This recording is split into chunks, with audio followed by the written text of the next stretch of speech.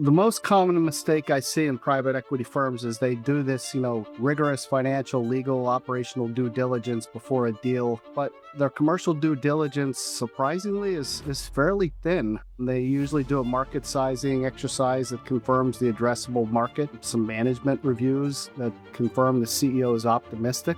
Almost never do they examine with the same rigor the balance sheet as the revenue engine.